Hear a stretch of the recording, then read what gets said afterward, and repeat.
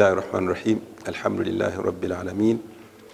Wa sallallahu ala khairi khalqihi Muhammadin sallallahu alayhi wa sallam wa ala alihi wa sahbihi ajma'in, amma ba'd. Ntendeza Allah subhanahu wa ta'ala, Allah wekitiibwa, Allah nanyini matendo akyatukumye nga tuli balamu. Musaba asebinga n'emirimu ku mbaka Muhammadin sallallahu alayhi wa sallam. Badwa Allah babitiibwa kyengenda okwogeraho ku ssaawa eno ensonga eyitibwa ala ilmu, okusoma. Ensonga y'okusoma nsonga nkulu mu Busiraamu. Obusiraamu bwaffe eddiini eno yatandika na kusoma. Oweekitiibwa sallallahu alayhi wa sallam n'abeera nga aya yasooka okukka mu Qur'an y'ekitiibwa yali emugamba kusoma nga tannakola kintu kyonna. Allah nga tannamugamba kintu kirala kyonna, kusaala kugira ki, yamugamba asooka asome. Kubanga okusoma okwo nga kwe kugenda musobozesa okumanya okusaala, asome okusaala, asome butya bwasinza Allah, asome butya bwayawula Allah, asome butya bwawangaana abantu, asome butya buli kimu bwagenda okikola mu ddiini Busiraamu. N'olwekyo mu kukka kw'eddiini nga Allah agissa ku mbaka Muhammad sallallahu alayhi wa sallam ku Jabali Nur, Ghaaru Hira e Makka, aya yasooka okumukkako yamugamba nti iqra bismi rabbika alladhi khalaqa. Gwe Muhammad sallallahu alayhi wa sallam, soma erinnya lya Allah subhanahu wa ta'ala, oyo eyatonda abantu. Kyoba osookerawo kusoma kutegeera Katonda. N'olwekyo baganda bange, omusomo gwange gwenda kutambula nsonga ya kusoma.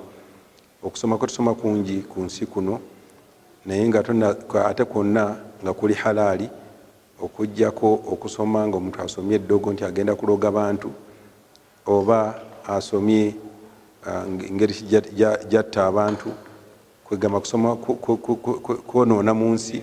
Okuba nga kusoma kwonna okulimu omugaso ku nsi kuno, Allah yakukkiriza. Naye nga tonnasoma kintu kyonna ku nsi, omuntu yalisaanye asooke kusoma kutegeera Allah we subhanahu wa ta'ala.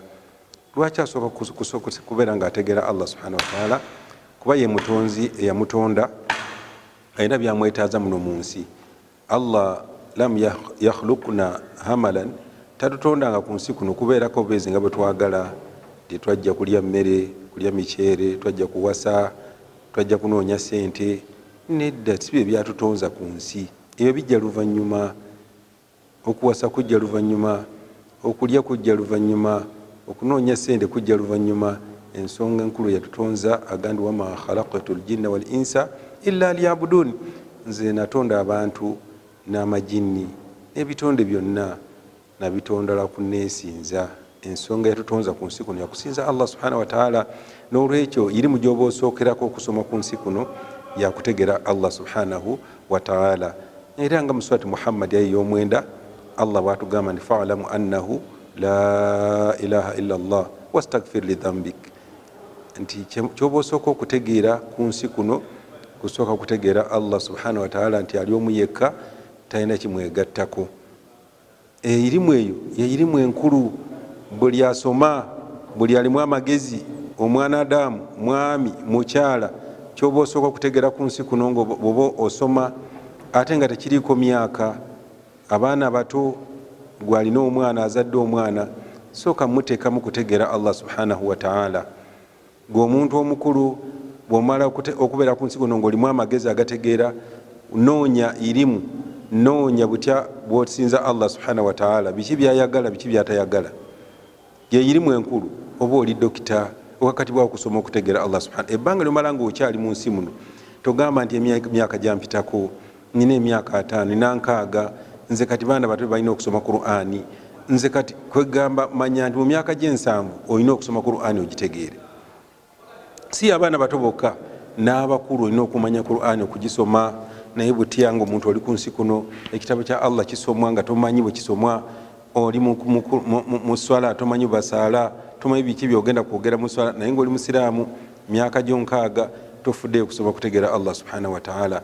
Bannange mbakubiriza, emyaka kajiba gigenze, omulina okumanya nti basahaba b'ebitiibwa ridwanullahi alayhim ajma'in, Qur'ani bagisomanga bakulu, naye era bafaayo. Yabasanga bali myaka 4, bali mu 5, bali mu 6, naye bonna basoma ne bakuguka nga basoma nga emyaka gyabwe gigenze nga bakulu tebasoma baana bato. Nolwekyo okusoma bwe mukwogerako omuntu ayinza okulowooza nti kwa mwana muto yekka, wabula kwa buli omu yenna, buli ali ku nsi kuno akakatibwako okusoma okwokusooka okutegeera Katonda nga tonnabasoma bwa dokita, tonnasoma kuvuga motoka, tonnasoma kuvuga nnyonyi, fa'lamu annahu la ilaha illa Allah. Sooka kubeera ng'otegeera Allahu subhanahu wa ta'ala yensonga enkulu ku nsi kuno. Buli omu gy'alina okusooka okutegeera mu kutya Katonda amagezi mwe gasookera. Gwe omuntu alina amagezi wenna olina okubeera ng'ofaayo okutegeera Allah subhanahu wa ta'ala. Gwe omuzadde faayo nnyo omwana wo abeere ng'asooka kutegeera Allah, nga tannamanya biri ku nsi kuno, tannasoma bintu byoyagala asome agende mu paalamenti nga bw'ogamba. Omwana agende mu paalamenti naye nga eddiini agitegedde. Omulembe guno gwe tulimu tulina amasomero nga gagatta ebintu. Omuntu ng'osoma eddiini ya Allah n'obeera ng'ogitegeera ate n'otegeera nabiri ebikutwala mu paalamenti. Lwaki omuzadde wandibadde otwala omwana wo mu ssomero ng'omanyi nti lisomesa kintu kimu kyokka kugenda mu paalamenti, lisomesa kintu kyonna muntu okubeera dokita, naye nga tategedde Allah subhanahu wa ta'ala. Omuntu oyo omugaso gwe eri obusiraamu mutono, kubanga Allah we tamutegeera. Be basinze okuvumaganya obusiraamu ebiseera bino bye tulimu, ng'abaana bangi balokose, naddala abaana b'obuwala. Bannanga abasiraamu bakubiriza nti abaana b'obuwala balokose, bagenze nnyo mu butali busiraamu, babuvuddemu. N'abeera Aisha naye nze nabivaako, abalala sikyayagala kumpita linnya lya Aisha, nze nakyusa n'erinnya. Kwegamba abaana bangi balokose, abaana bangi bafumbiddwa abatali basiraamu.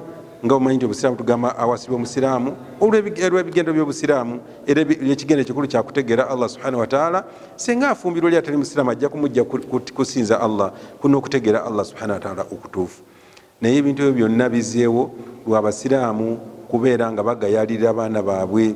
Buli musiraamu yenna n'agayalirira omwana we gw'alina mu maka ge, gwe yeezaalidde, n'abeera nga tamutaddemu kutya Allah subhanahu wa ta'ala. Ku mulembe guno gwe tulimu wakwejjusa, ajja kwejjusa. Oba oliseeka omwana wo nga tomutaddemu kuseeka kutegeera Allah, nga tanategeera birala, ojjemu kubeera nga wejjusa ng'okyali ku duniya, ng'olaba omwana byakola si byandisaanye okukola.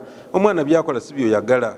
Abazadde bangi ye nga ajja muzikiti n'asaala, naye nga leseeyo abaana bawaka. Abaana tebasaala. Lwaki? Kubanga tabataddemu kutya Allah subhanahu wa ta'ala. Allah tebamumanyi, ye banaasaala batya? Allah gwe batamanyi banaamusinza batya? Nga nabbi yagamba ma ana biqari, siri musomi, nze simanyi kusoma. Ne bamusomesa. Naawe omwana wo ajja kwekwasa ensonga, nze kino taata kiyandaga. Yawmal qiyama omwana agenda kwekwasa agamba nti taata yandaga kino. Bannange ekireetedde ensi eno okwononeka, ensi okutuuka weeri, ne mugira entambula gyetambulamu, aljahlu biddiini, abantu butamanya ddiini yaabwe, abantu butamanya Allah kubaleetedde okubeera nga bakola ebikolwa ebitaliiyo bitakkirizibwa ddiini yaffe ya busiraamu. Eddiini eyononese, ensi eyononese lwa butamanya abantu kubeera nga eddiini tebagimanyi. Kyetuba tusookerako, kyetuba tussaako amagezi gaffe, bantu baffe, baana baffe kusooka kutegeera ddiini. Bwe banaagitegeera wallahi ensi egenda kulongooka.